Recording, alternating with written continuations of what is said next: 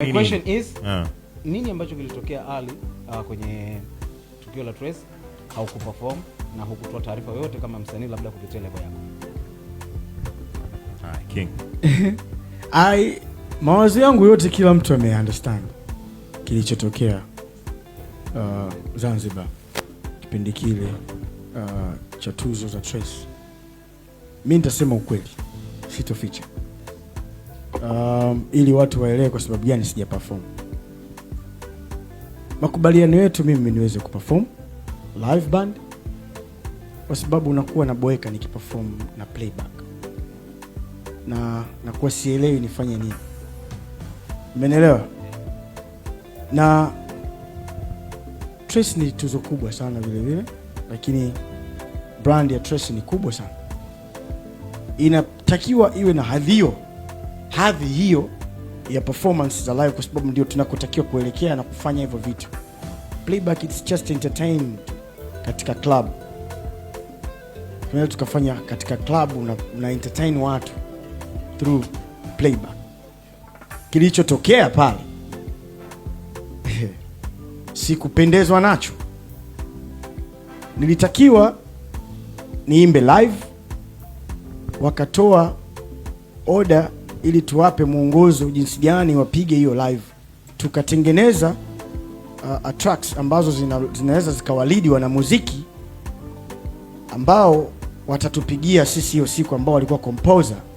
Tukapeleka hiyo track wafanyie mazoezi katika hiyo track, and then siku chache tutakapokwenda pale tutafanya rehearsal.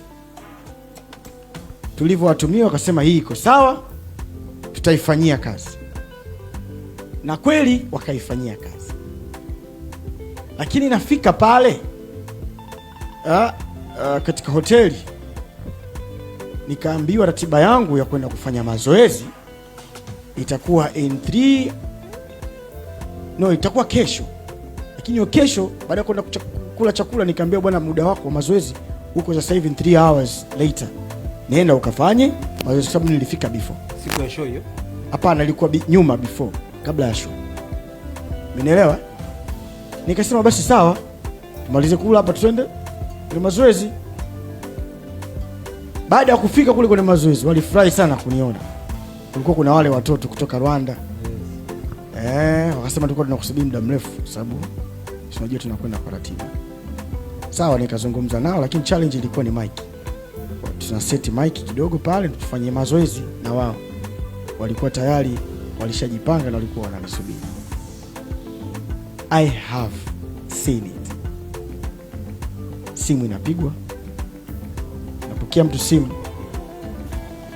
kwamba wakati tuna set mic,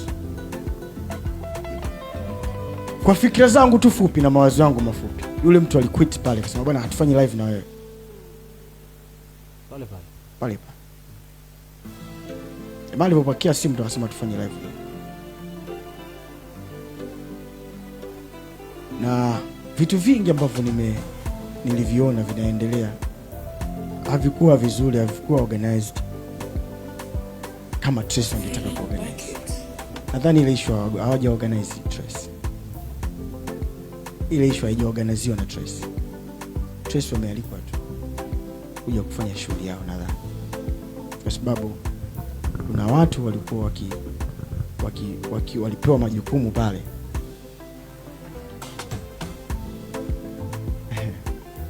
Kuna watu walipewa majukumu pale na walikuwa na radio calls, wanakuwa wana handle vitu vingi pale.